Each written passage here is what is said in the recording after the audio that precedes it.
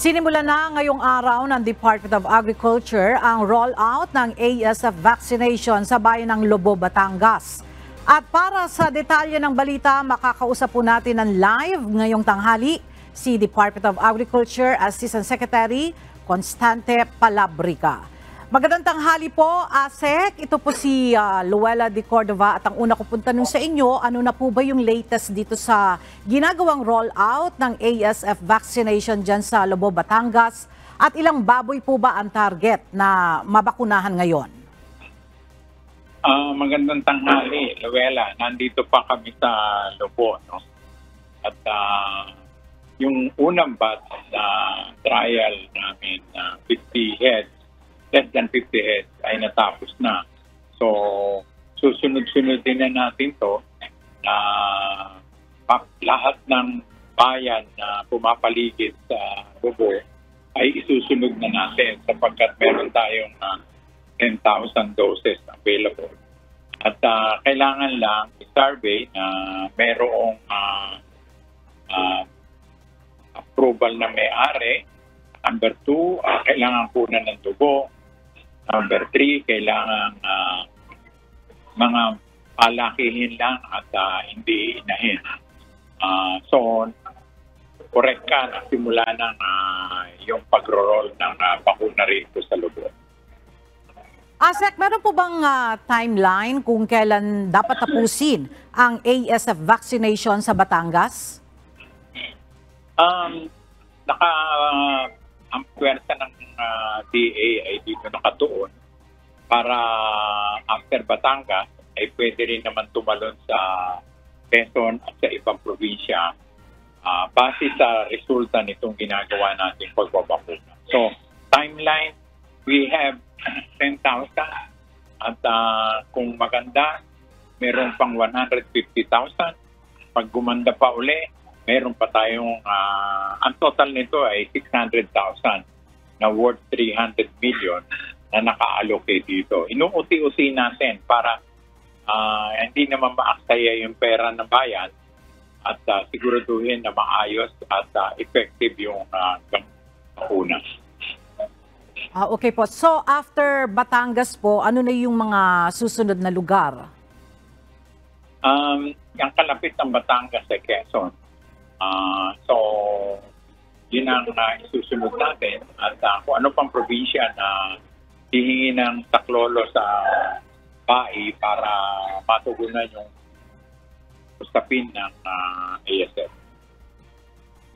Okay po. Meron po bang sapat bang ASF vaccines ang Pilipinas para mabakunahan po yung lahat ng kailangan at dapat bakunahang mga baboy? Oo. Dahil nga may pera ng nakalaan na at madali namang kumuha ang bakuna. Basta bigyan lang natin ng 45 days ang supplier, pwede na silang magpadala dito sa Pilipinas. Dahil ang permit nito ay monitored release. Hindi pwede ito sa mga magsasaka. Ang gagawa lang nito ay gobyerno. LGU at mga veterinaryo. Kapagkat nasa stage pa to na minomonitor natin kung effective o hindi yung bakuna. ASEC, mensahe na lamang po para sa mga kababayan natin na kaugnay po dyan sa mga effort na ginagawa ng DA kontra ASF.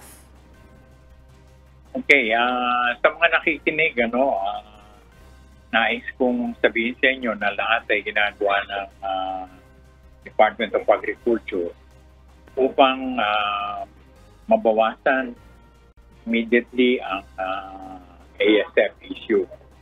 At sinisigurado namin sa inyo na yung karne ng baboy na nabibili nyo sa wet market at supermarket na dumaan sa National Meat Inspection ay pwedeng kainin at huwag mangamba. Dalawang pwersa ng gobyerno ang tumatrabaho ngayon. Ang Bureau of Animal Industry na sinisigurado na huwag makapasok o punta yung mga may sakit na baboy at i-condemn ito sa mga checkpoint. Hindi lang Bureau, pati mga kapulisan na sa buong bansa ay nakahanda para gawin ito upang hindi ito makatay at madala sa merkado. Ito'y mga 300 na ay binaon namin at yung mga truck ay kinasuhan namin. So, yun ang first border. Ang second border, ang National Meat Inspection. Nakatutok ang National Meat Inspection sa mga slaughterhouses. Pag may nakita sila na senyal na yung bago katayin ng baboy, ito ay hindi kakatayin.